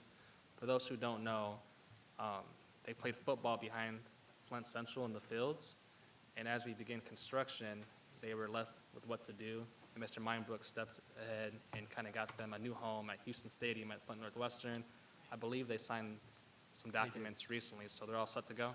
They performed there last Sunday. All right, cool, well, Yeah, thank so you. they'll be there the next, I believe, 7 Sundays. All right, awesome. Well, thanks again, You're appreciate you. Yeah, I'll quickly do some recognition. So I was able to attend the Freeman Elementary Advisory Committee when we launched it. Seeing the team that was able to facilitate the conversation, it wasn't just a normal facilitation, I'm here to get your feedback and I'm gone. It was engaging, it was asking questions, it was saying, hey, if you change this, we'll change it too. It was really a nice way to get some true engagement, true feedback, and also the willingness to say, hey, we can change this, change that, and giving options versus here's what's dead set. It was more so, hey, here's a collaborative conversations, even hearing the parents and also staff members that was there asking for certain things, benches, lighting, those things that, you know, parents and communities care about. And seeing the willingness from the team, it wasn't anti, it was more so how do we do it, and let's figure it out together. Also recognizing the partnership, having the City of Flint representative there during that conversation about maybe we can't do it on the Freeman Park side, but it is attached to where the city is, where it's a whole community park right there. So you have it all together. And also the distinction between The facilitator made a good point about there's a playground close to Potter, but we want ours to be unique. We won't have the same replicated equipment there, so just seeing that intentionality behind it. And also, Mr. Maienbrook, thank you for your engagement in leading that space, but also just being willing to answer the tough questions that they had and navigating through. It's not, he gave a positive spin. It wasn't a play positive spin. It's more so, yeah, I thought about this, let's get this and get that. So thank you for being that engaging in those parents that had those questions, the team members for soliciting feedback from kids. So this is here, I agree with my colleague, Trustee Laura, this is good feedback.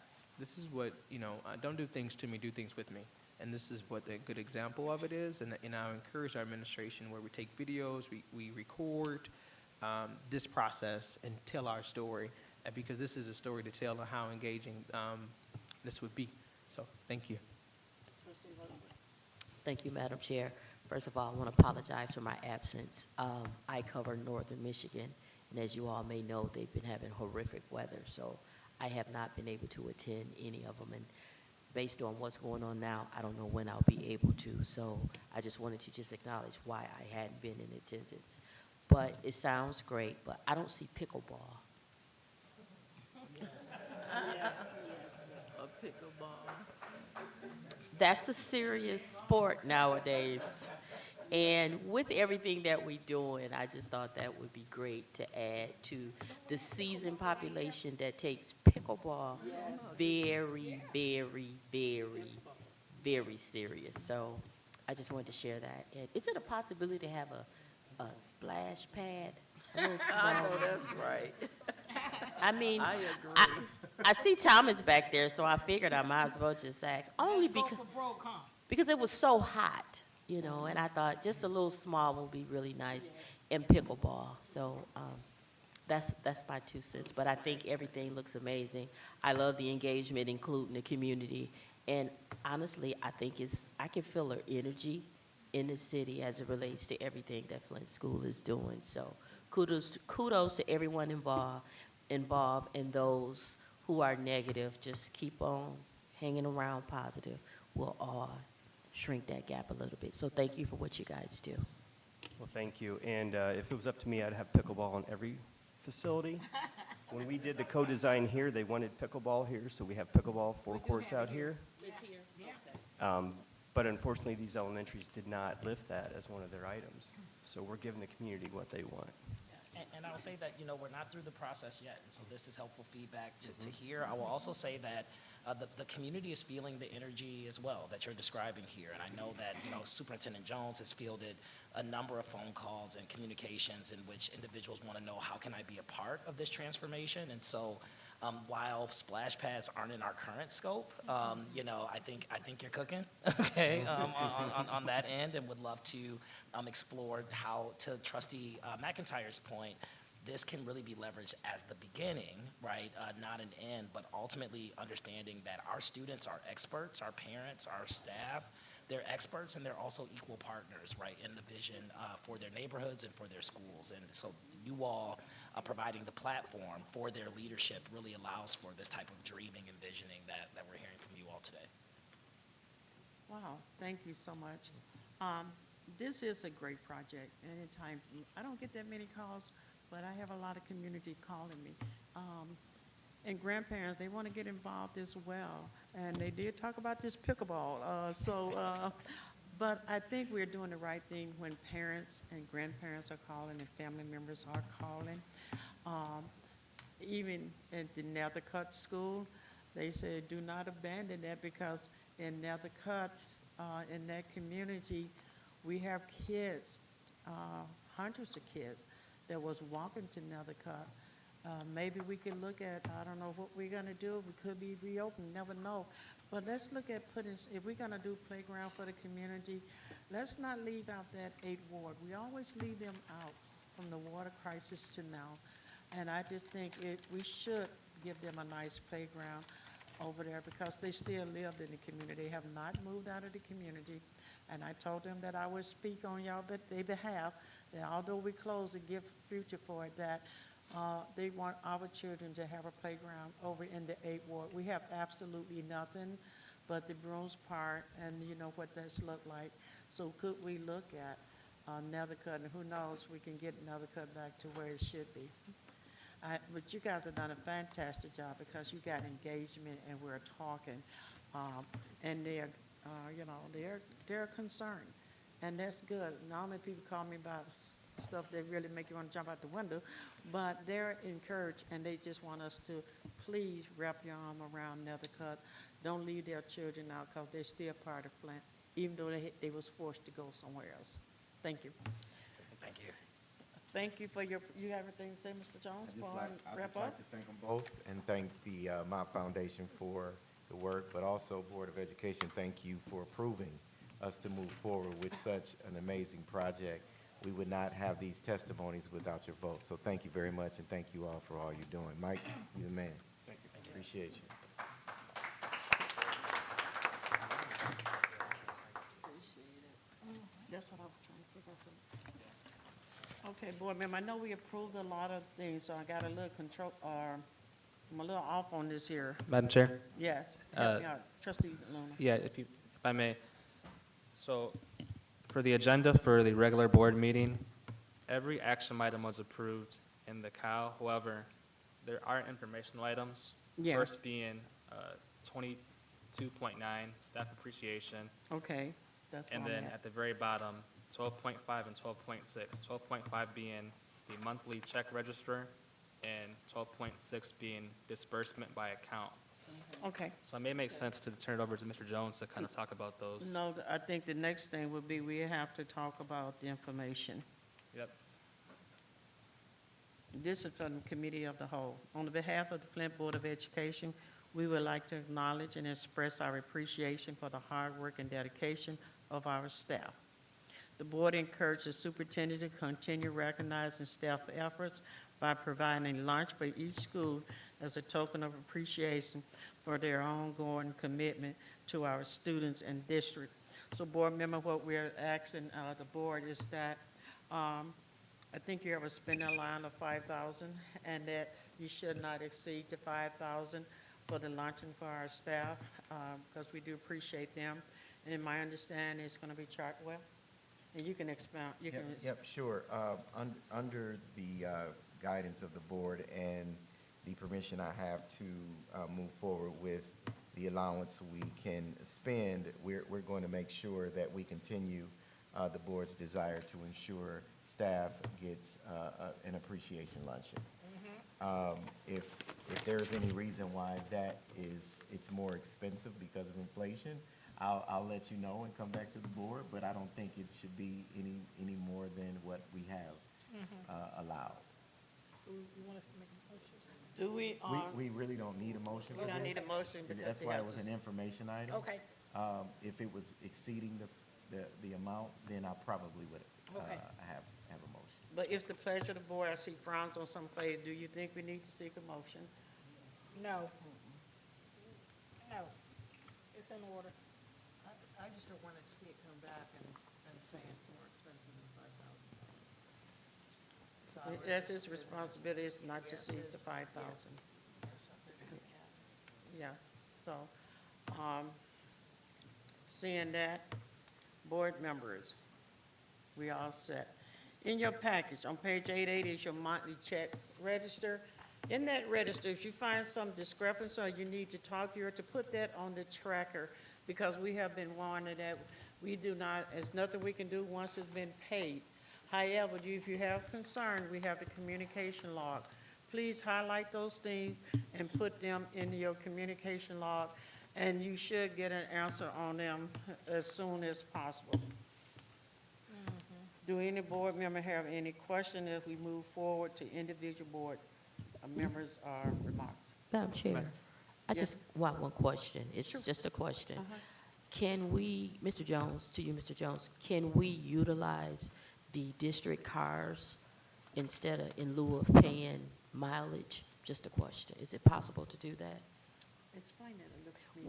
We have district cars, correct? Uh-huh.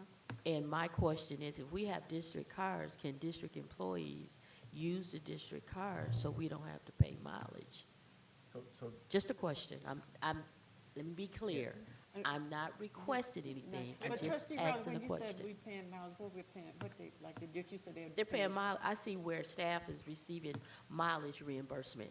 So I was that's why I was just saying, is it, Oh, okay. if I we see could what you're saying, use that the they could use district car, cars. right, in lieu of paying mileage, So- just a question. They cars are When- normally used. Yeah, when it is feasible, certain staff is able to do that, but when those cars are being used for our attendants, being out in the community for our attendance ages and sometimes for teach out, so it won't be feasible for everyone.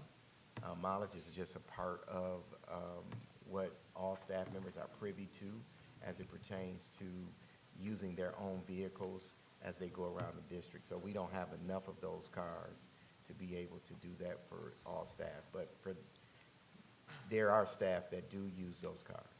Did I hear you say teach out drives our cars? When they're here doing late hours, they circle with Flint Community Schools. Oh, on vehicles. Flint Community School property? Yes, Gotcha, Yes. okay. Thank you for the That's a clarification. good question. yes.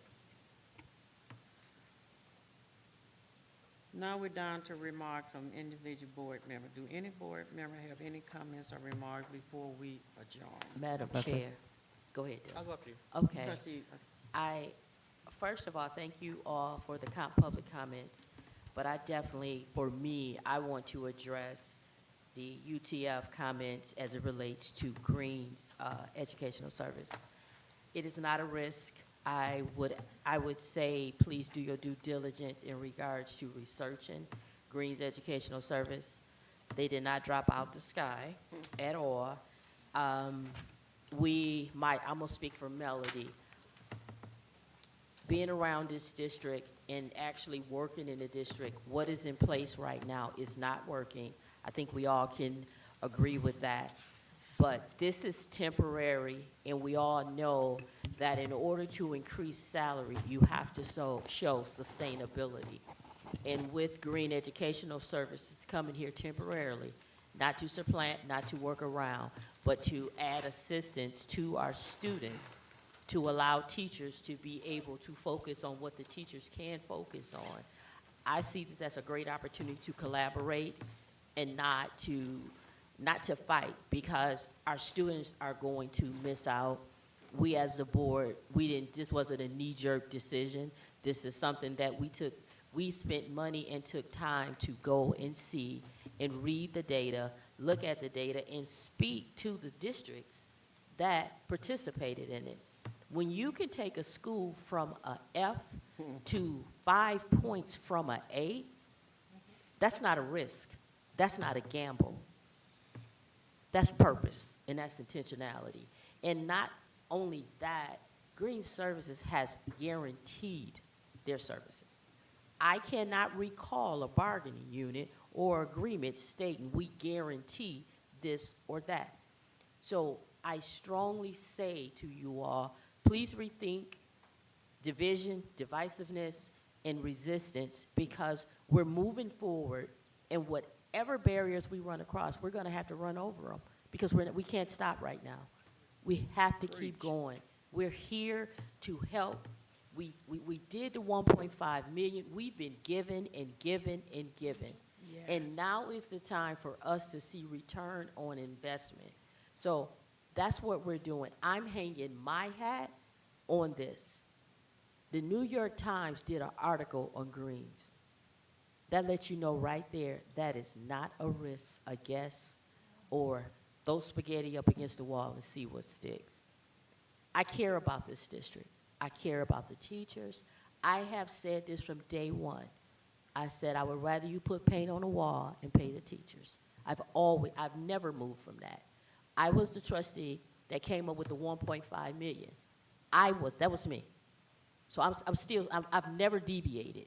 So if you all would think that I will back away from teachers, you are totally wrong.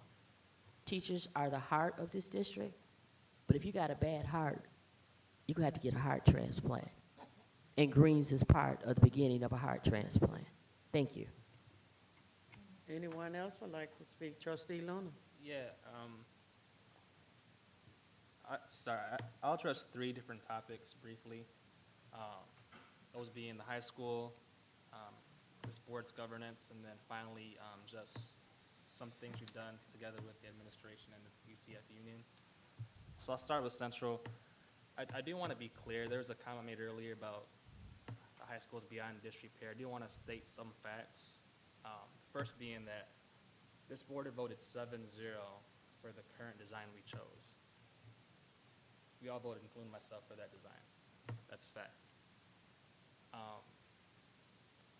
On that same note, we were given by the engineers and the project team 3 different designs: complete preservation, hybrid, and then more new but still preservation when it comes to the towers and interior aspects and other things on the building's exterior. But I want to be clear, each option was a viable option. The current building was not beyond disrepair. However, we chose to go with the option we chose as a body. As a board trustee and a body, it's very important we state facts, not rhetoric. And if it's rhetoric, it's backed up by facts. So I want to clear that out and be clear about that. And just one more note on that too. My opinion was we didn't do enough in that first phase, but I'm very optimistic from what I've seen from this board and the project team in the second phase of the community co-design that we will be doing that. And I've seen it the last few months, so that gives me optimism. All right, next topic, the operating procedure. So again, this board's not going to be here forever, right? We're going to, get voted out, hopefully not, resign, retire, et cetera, not run. But it's important we have things in writing for future boards so they know how to do best practices, right? Again, we're governed by policy, not procedures, right? We have our Neola bylaws. But again, having those best practices in writing so we know what to do, we can reference them, we can point to them, is very important. So I will work with our colleagues to put that via our governance committee in writing. Finally, I'm very sensitive to just labor talks in general, so I won't address that directly because those are very sensitive, things to speak about in public because you never know what could happen. I will say this though. This board, this team, right, of the administration, us, the unions, we've worked together to do some good things, right? Number one, we'd like to bring compensation on parity with other districts, both nearby us, but also with similar student challenges. But I will say one thing too. As we address that issue, we've been very creative with supplementing that compensation from the pay schedule, whether it be from Teach for America, which I believe there are 4 different pathways for new teachers, those seeking a national certification, those who aspire to be school leaders, policy. I think I'm missing one more. If not, there's 4 there, where they receive $10,000 for up to 3 years if they take part in that fellowship. I know that our HR team, really the whole administration, has been very creative when it comes to how we use 31A funds from the state government, when it comes to referrals, when it comes to retention bonuses, when it comes to having, things being signed on for new teachers. And again, these are not the core of the issue that needs to be solved, but again, I do think we've worked together to be creative, and I think we'll continue in the future to do that. So I'll tell you this, we understand what the issue is. We have several issues. We have the compensation issue, we have the budget issue, we have the issue with our vacant properties. We have several issues, and I think we're up to the task to address all of them as we move forward. Again, I won't comment on the specific situation that was raised, but I do feel confident that we can resolve it and come to an agreement in the future. And with that, I'm done with my comments. Anyone else would like to have a comment before we adjourn? I'm going to go ahead. Yeah, I don't want to take up more time because I took up a lot of time with the first meeting, and I acknowledge that. But I do want to say that, unfortunately, well, thank you to Trustee Relaford and to Trustee Luna. Your comments were spot on for the most part, and I really appreciate you clarifying a lot of things that I'm glad it was articulated and spoken out loud in terms of, supporting the teachers and then supporting the preservation project. I did just want to note that we do, in a lot of ways, though, as an educational institution, our hands are tied sometimes with preservation and restoration, because while some historical societies or different nonprofit organizations may be allowed to do certain things, as an educational facility, as an educational institution, we're under the Michigan Department of Education, as you know, and there's a lot of requirements in terms of asbestos remediation and environmental pollution. And so we're kind of bound under a lot of regulations and restrictions that other groups are not. So unfortunately, some of those things that were like, hey, that's perfectly good, you know, marble or copper or whatever, it's like we can't touch it, or it would be very, very cost prohibitive to do that. Maybe we can do a workaround with a preservation or historical society, maybe the Whaley, you know, something like that. Well, let's think outside the box to see if we can salvage. We can do architectural salvage, but sometimes as an educational institution, you know, we're really hamstrung when it comes to that. Yeah, I think that's, I was gonna say something about it, just slipped my mind because it's late. Thank you. Thank you. Madam Chair. Trustee King? Just real quick, I think that's two things I want to point out. One thing for the community as it pertains to the playgrounds. So there's 3 scheduled playgrounds to be completed by June, Mr. Jones, correct? That's correct. What are those schools for the community? Doyle Ryder, help me out, Freeman, I thought, which ones are the late ones? Eisenhower and DTL. So Okay. Doyle Ryder, Freeman, and Potter. Okay, great. Just want to make sure we got that clear. We got that clear. So by June, we should have Thank Doyle you. Ryder. June Freeman, and 30th. June 30th. Those 3 schools. Don't say by June. By June 30th, sorry, my bad. Be clear. Yeah, June 30th. By the June end of 30th. June, Yes, we sir. should have some good playgrounds for three out of the 5 schools here, and then the 2 other schools will be done by the end of August. Mid-August. Okay, in August, somewhere in there, mid-August. Got you. Thank you for the sharing that. I think as it pertains, I don't want to make sure I don't skirt over the public comments I was shared again about Central, and then I agree with my colleague about speaking to union matters across the table. I do want to point out, though, I gave my comments about the stated institution on the February 18th board meeting. I indicated my vote by voting no. There's a couple comments that were made. I want to make sure I clarify for me, I would not run over people by those words being made, and also I don't subscribe to the bad heart comment. I think everyone in this district has a heart for children for the most part that I've experienced. There's room for improvement. The value behind the decision, I remember, is student achievement, but I would not subscribe to the run over language or the bad heart transplant language as it for me. I want to make sure I'm clear. I would rather work with teachers, work with individuals to achieve the greater outcome of our kids. Thank you. Anyone else before final comments? Here's my final comments to the audience, to the people that is speaking, as relates to a vendor we call Green. We didn't just go to Mississippi. We took the Mississippi tour. They called it Mississippi Miracle. They had shut down this predominantly black, poor community, 2 schools because of the test, the M-Step 1. They was way below. And the Green Education came to that district and brought those 2 schools back twice. I was in a conference panel with John Cherry and one of his staff. They talk about Green Education. Yes, he's a predominantly black business, but he has passion way beyond passion. He had came here several times asking for nothing. You know what the kids said to him when they left? Are y'all coming back? That is telling us something. Whether we like it or not, some children do better with people that look like them in front of them. We don't have many black, strong leaders standing in front of our kids. Not just that he's black, but evidently he has something that the children needs and want.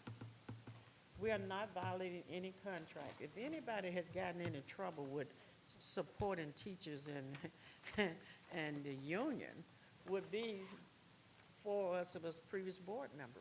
We fought to take payroll, they was living below, no one should work for the Board of Education making $7, $8 an hour. So we took a leap, we undid the contract.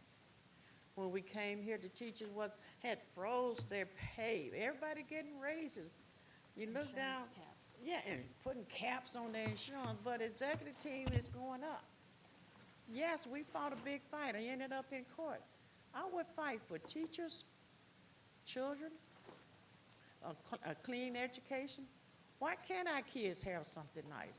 Why do we have to go somewhere else to learn how to read a book? People want to quote Martin Luther King. Let's talk about that. He didn't get to see the mountaintop, but he definitely didn't see his kids coming there not reading, writing, doing arithmetic. The data show that you stopped teaching them at kindergarten. They were proficient at kindergarten, and they went down, down, down. Now, this is where I stand strong at. I got more years behind me than I got ahead of me, and I'm going to spend those in making sure that I don't care if I did live in the hood in Detroit, I still wanted my child to have a good education. The zip code does not determine their outcome. If I have to go 1,500 miles to find an answer, not disrespecting the teachers they have, the kids do need classroom management. Teacher do need help in that. Can't teach a class when you got a bunch of kids. Not all of them. I taught in those classes. I owned a school. I taught at Holmes. I taught at Southwestern. I want to make it easy where teachers can go in that classroom and teach, and we got to find a way how to make that happen. They did not go to school to get a master to help raise baby kid. Baby kid gonna have to come in that classroom and sit down. It's time to have truth. We've been lied to long enough. These kids need to know how to read and write, or they're gonna end up maybe on a plantation. That is why I stand behind Green. The board didn't do this. We took the superintendent. We stayed down there 2 or 3 days. We could not get this done. The superintendent had to want this. He saw it himself. He said, I want it. I went to the superintendent. My job is to make sure you're successful. And you will be successful. If we have to go to court, we go to court. But we shouldn't go to court fighting on the fact that we don't want our kids do an extra mile so our kids can maybe give them the chance. No kid should be in the 9th grade and can't read basic kindergarten work. We got to stop this bleed. So if that meant going to court, go. But we're going on behalf of the children. They sued Detroit for that. We pay good money. We pay the best we can. Nobody wakes their child up to be ignorant. So that's what I have to say in regards to that. No disrespect for a union. We fight for everybody, but it's our children's time. The community belongs to these young people, and we need to get away with our tradition. Our tradition is what called Central to be closed. Our tradition calls Northern to be closed. These are ways that we have. We didn't fight to keep them open. And we finally get to this board, and all the pressure's on this board to do everything that you should have done 20 years ago when they started closing them doors now, when they started allowing these charter schools to come in here and your kids started getting dumbed down 10 or 15 years ago. We're trying to restore what was stolen. And I am going to get to the mountaintop to see that these kids learn how to read, write, and do arithmetic. And at that note, this meeting is adjourned.